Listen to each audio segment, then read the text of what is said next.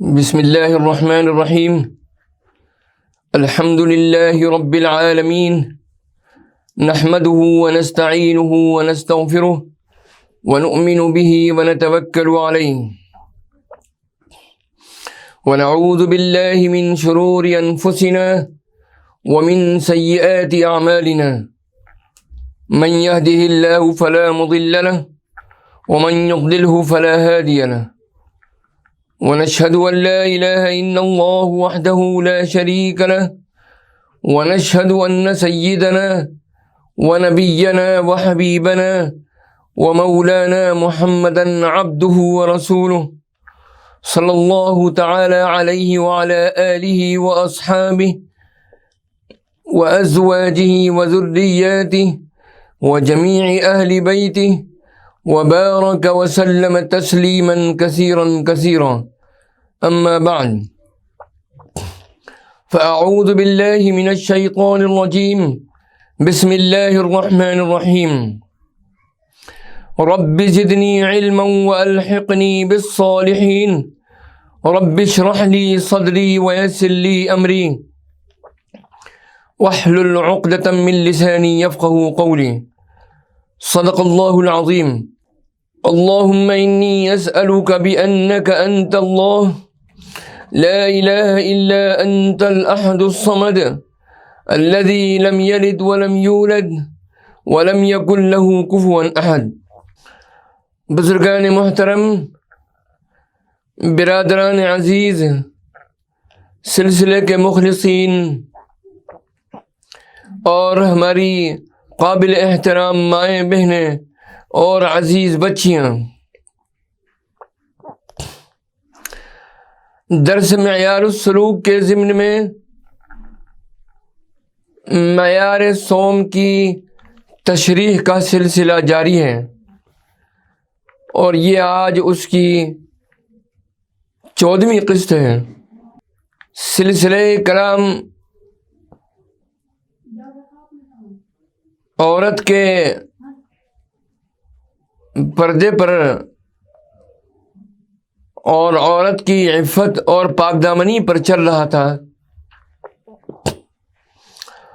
تو آج ہم نے اپنی اس مجلس کے سلسلے میں خصوصیت سے ہم نے استفادہ کیا ہے۔ حضرت مفکر اسلام مولانا سید ابو الحسن علی ندوی رحمۃ اللہ علیہ کی تحریروں سے اور علامہ اقبال مرحوم کے کلام سے۔ تو اس سلسلے میں آج ہماری مجلس کا جو موضوع ہے معیار السلوک کے معیار صوم کی تشریح کے سلسلے میں، وہ عنوان ہے عورت اقبال کے کلام میں۔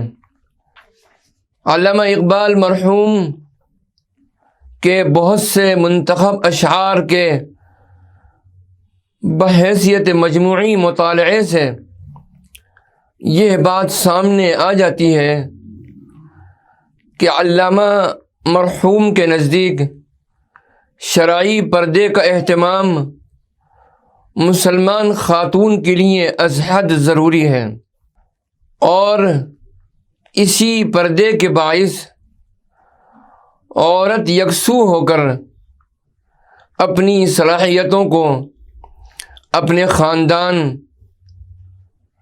اور گھر کی تعمیر میں لگا کر بہتر کارگزاری کر سکتی ہے۔ تاہم ضرورت کے تحت پردے کے اہتمام کے ساتھ وہ زندگی کی تمام سرگرمیوں میں حصہ لے سکتی ہے۔ اس ضمن میں فاطمہ مرحومہ طرابلس کی مجاہدہ علامہ رحمۃ اللہ علیہ کے نزدیک ایک مثالی کردار ہے۔ نیز علامہ مرحوم کے مختلف اشعار کے مطالعے سے یہ بات ثابت ہو جاتی ہے کہ علامہ کے نزدیک عورت کی مقدس ترین حیثیت وہ ہے جو ماں اور مامتا کی صورت میں جلوہ گر ہوتی ہے۔ اسی لیے علامہ معاشرتی اور عائلی زندگی میں ماں کے مقام کو مرکزی مقام قرار دیتے ہیں۔ اقبال مرحوم عورتوں کے لیے وہی طرز حیات پسند کرتے تھے جو صدر اسلام میں پایا جاتا تھا، جس میں عورتیں مروجہ برقعے کے نہ ہوتے ہوئے بھی شرم و حیا اور احساس عفت و عصمت میں آج سے کہیں زیادہ آگے تھیں، اور شرعی پردے کے اہتمام کے ساتھ زندگی کی تمام سرگرمیوں میں حصہ لیتی تھیں۔ 1912 عیسوی میں طرابلس کی جنگ میں جب ان کو اس کا ایک نمونہ دیکھنے کو ملا، یعنی ایک عرب لڑکی فاطمہ بنت عبداللہ غازیوں کو پانی پلاتے ہوئے شہید ہوئی، تو انہوں نے اس کا زوردار ماتم کیا۔ فاطمہ، تو آبروئے امت مرحوم ہے، ذرہ ذرہ تیری مشت خاک کا معصوم ہے۔ انہیں ہنرمندان ہند اور ایسے تمام فنکاروں سے شکایت تھی جو عورت کے نام کا غلط استعمال کر کے ادب کی پاکیزگی، بلندی اور مقصدیت کو صدمہ پہنچاتے ہیں۔ وہ اپنی ایک نظم میں ارشاد فرماتے ہیں، ہند کے شاعر و صورت گر و افسانہ نویس، آہ بیچاروں کے اعصاب پہ عورت ہے سوار۔ وہ دختران ملت سے خطاب کرتے ہوئے کہتے ہیں کہ مسلمان خاتون کے لیے بناؤ سنگار ایک معنی میں کفر ہے، بلکہ انہیں تو اپنی شخصیت، انقلابی فطرت اور پاکیزہ نگاہی سے باطل کی امیدوں پر پانی پھیر دینا چاہیے۔ سبحان اللہ۔ وہ کہتے ہیں کہ مسلمان عورت کو پردے کے اہتمام کے ساتھ بھی معاشرے اور زندگی میں اس طرح رہنا چاہیے کہ اس کے نیک اثرات معاشرے پر مرتب ہوں اور اس کے پرتوں سے حریم کائنات اس طرح روشن رہے جس طرح ذات باری کی تجلی حجاب کے باوجود کائنات پر پڑ رہی ہے۔ وہ دنیا کی سرگرمیوں کی اصل ماؤں کی ذات کو قرار دیتے ہیں اور کہتے ہیں کہ ان کی ذات امین ممکنات اور انقلاب انگیز مضمرات کی حامل ہے۔ جو قومیں ماؤں کی قدر نہیں کرتی ان کا نظام زندگی سنبھل نہیں سکتا۔ وہ اپنی صلاحیتوں اور کارناموں کو اپنی والدہ محترمہ کا فیض نظر بتاتے ہیں اور کہتے ہیں کہ آداب و اخلاق تعلیم گاہوں سے نہیں ماؤں کی گود سے حاصل ہوتے ہیں۔ وہ قوموں کی تاریخ اور ان کے ماضی و حال کو ان کی ماؤں کا فیض قرار دیتے ہیں اور کہتے ہیں کہ ماؤں کی پیشانیوں پر جو لکھا ہوتا ہے وہی قوم کی تقدیر ہوتی ہے۔ وہ ملت کی خواتین کو دعوت دیتے ہیں کہ ملت کی تقدیر سازی کا کام کریں اور ملت کی شام علم کو صبح بہار سے بدل دیں، اور وہ اس طرح کہ گھروں میں قرآن کریم کا فیض عام کریں، جیسے حضرت عمر رضی اللہ تعالی عنہ کی ہمشیرہ نے اپنی قرآن خوانی سے ان کی تقدیر بدل دی اور اپنے لحن و لہجے کے سوز و ساز سے ان کے دل کو گداز کر دیا تھا۔ علامہ اقبال مرحوم معاشرتی اور عائلی زندگی میں ماں کے مرکزی مقام کے قائل ہیں۔ وہ سمجھتے ہیں کہ خاندانی نظام میں جذبہ عمومیت اصل کا حکم رکھتا ہے اور اسی کے فیض سے نسل انسانیت کا باغ لہلہاتا رہتا ہے۔ ان کا خیال ہے کہ جس طرح گھر سے باہر کی زندگی میں مردوں کو فوقیت حاصل ہے، اسی طرح گھر کے اندر کی سرگرمیوں میں عورت اور خصوصاً ماں کی اہمیت ہے، اس لیے کہ اس کے ذمے نئی نسل کی داشت و پرداخت اور دیکھ بھال ہوتی ہے۔ انسان کا پہلا مدرسہ ماں کی گود ہوتی ہے۔ ماں جتنی مہذب، شائستہ اور بلند خیال ہوگی، بچے پر بھی اتنی ہی جلدی یہ اثرات مرتب ہوں گے اور ایک اچھی اور قابل فخر نسل تربیت پا سکے گی۔ علامہ اقبال مرحوم فرماتے ہیں، وہ فیضان نظر تھا یا کہ مکتب کی کرامت تھی، سکھائے کس نے اسماعیل کو آداب فرزندی، علیہ الصلاۃ والسلام۔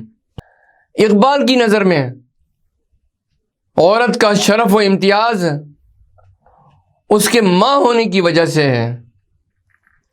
جو قومیں امومت یعنی حق مادری کے آداب نہیں بجا لاتی، ان کا نظام ناپائیدار اور بے اساس ہوتا ہے اور خاندانی امن و سکون درہم برہم ہو جاتا ہے۔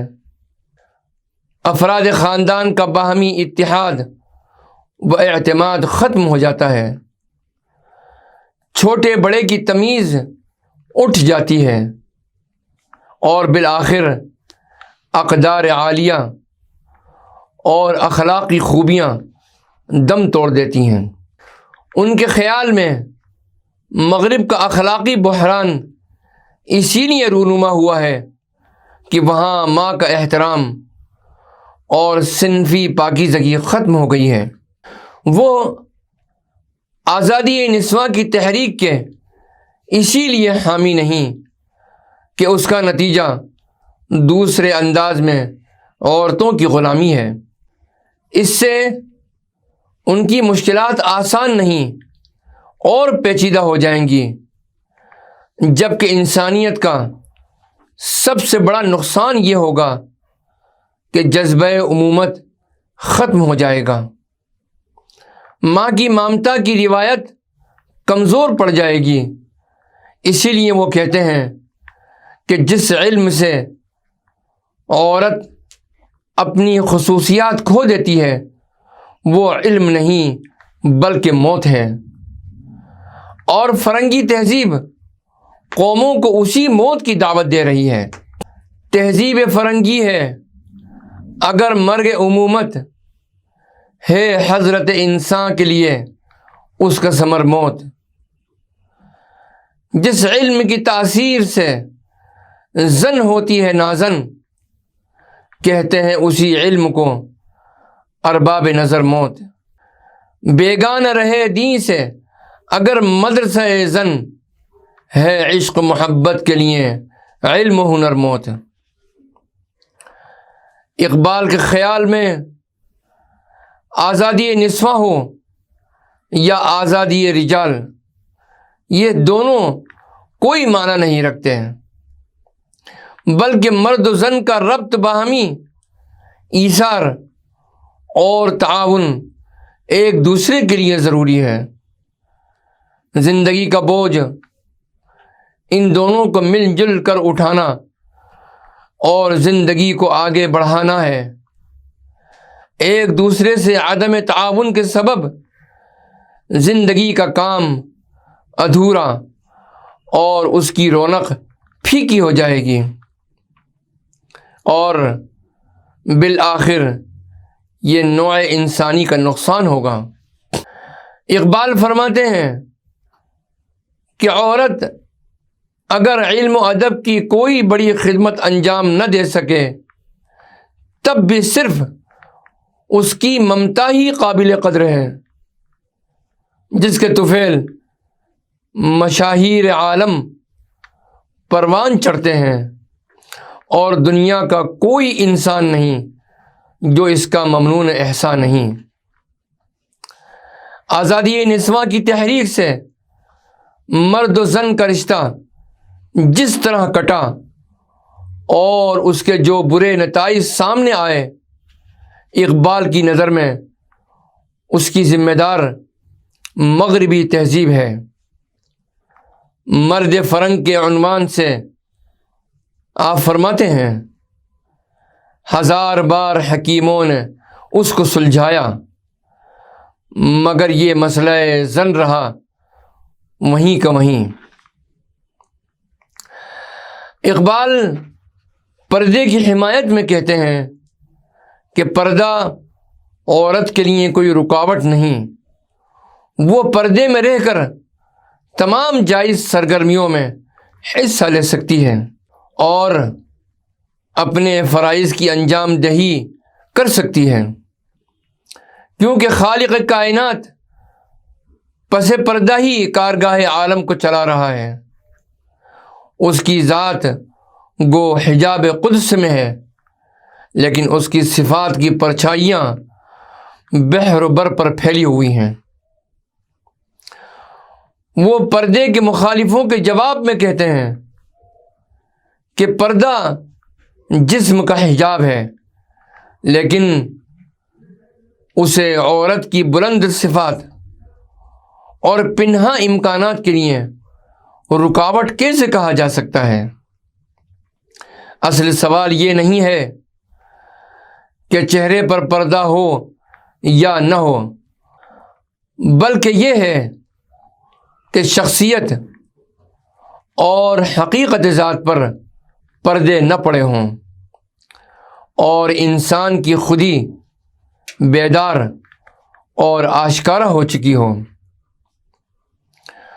پردے کی حمایت و تائید میں علامہ اقبال مرحوم نے خلوت کے عنوان سے ایک نظم کہی ہے، جس کا مطلب یہ ہے کہ پردے کی وجہ سے عورت کو یکسو ہو کر اپنی صلاحیتوں کو نسلوں کی تربیت پر صرف کرنے اور اپنی ذات کے امکانات کو سمجھنے کا موقع ملتا ہے۔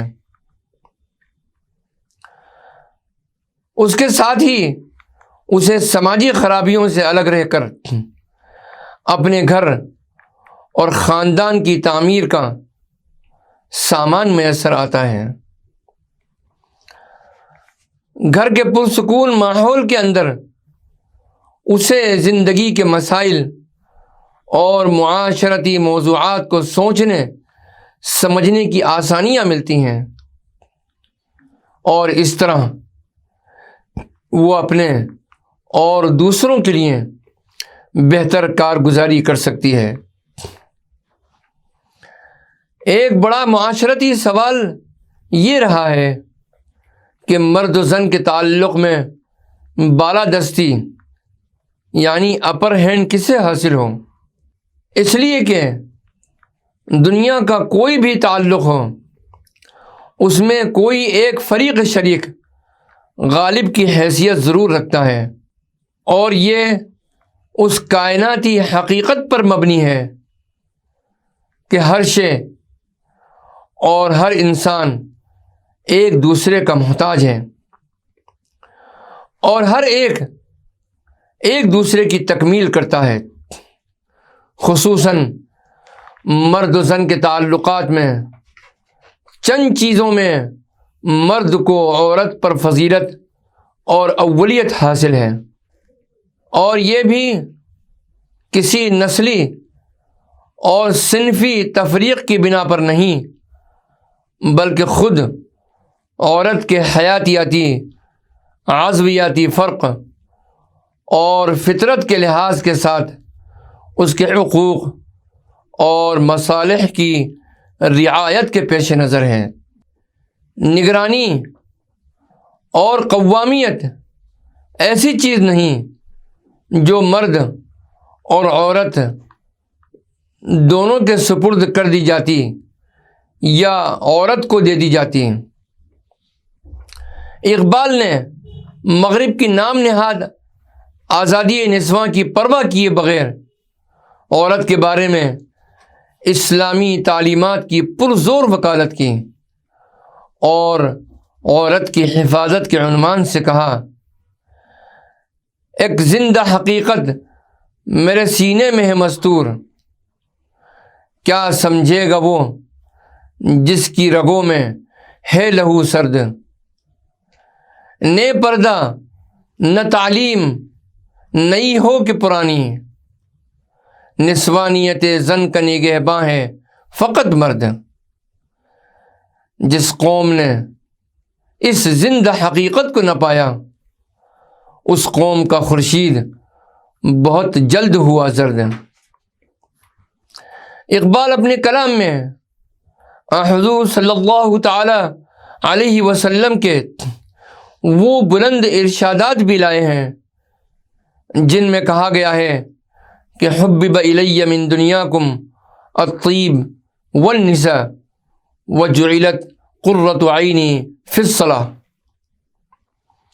مجھے دنیا کی چیزوں میں خوشبو اور عورتیں پسند کرائی گئیں، اور میری آنکھوں کی ٹھنڈک نماز میں رکھی گئی۔ اقبال مرحوم نے اس حدیث کا بھی حوالہ دیا ہے کہ جنت ماؤں کے قدموں تلے ہے۔ انہوں نے امومت کو رحمت کہا ہے اور اسے نبوت سے تشبیہ دی ہے۔ ماں کی شفقت کو وہ پیغمبر کی شفقت کے قریب کہتے ہیں، اس لیے کہ اس سے بھی اقوام کی سیرت سازی ہوتی ہے اور ایک ملت وجود میں آتی ہے۔ آخر میں یہ بتا دینا ضروری ہے کہ اقبال مرحوم حضرت فاطمہ زہرا رضی اللہ تعالی عنہا کو ملت اسلامیہ کی ماؤں کے لیے مثالی خاتون سمجھتے ہیں، اور جگہ جگہ ان کی اتباع کی تاکید کرتے ہیں کہ وہ کس طرح چکی پیستے ہوئے بھی قرآن کی تلاوت کیا کرتی تھیں اور گھریلو کاموں میں مشکیزہ تک اٹھانے پر صبر فرماتی تھیں۔ اقبال کے خیال میں سیرت کی اسی پختگی سے حضرات حسنین رضی اللہ تعالی عنہما ان کی آغوش سے نکلے۔ وآخر دعوانا ان الحمد للہ رب العالمین والصلاة والسلام علی النبی الکریم والسلام علیکم ورحمۃ اللہ وبرکاتہ۔ بسم اللہ الرحمن الرحیم۔ اللہم صل علی سیدنا ومولانا محمد وعلى آل سيدنا ومولانا محمد وبارك وسلم۔ اللهم أنت السلام ومنك السلام، تبارك يا ذا الجلال والإكرام۔ اللهم إنا نسألك الهدى والتقى والعفاف والغنى، اللهم إنا نسألك الهدى والتقى والعفاف والغنى، اللهم إنا نسألك الهدى والتقى والعفاف والغنى، اللهم اقسم لنا من خشيتك ما تحول به بيننا وبين معاصيك، ومن طاعتك ما تبلغنا به جنتك ومن اليقين ما تهون به علينا مصائب الدنيا. يا دائم النعم، يا باسط الرزق، يا باسط العطايا، يا دافع البلايا، يا موجود عند الشدائد، يا رزاق برحمتك يا أرحم الراحمين. ربنا اهدنا الصراط المستقيم، اهدنا الصراط المستقيم يا شافي الأمراض.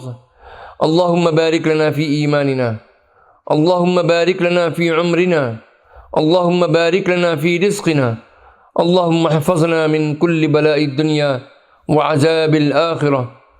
اللهم أحسن عاقبتنا في الأمور كلها وأجرنا من خزي الدنيا وعذاب الآخرة.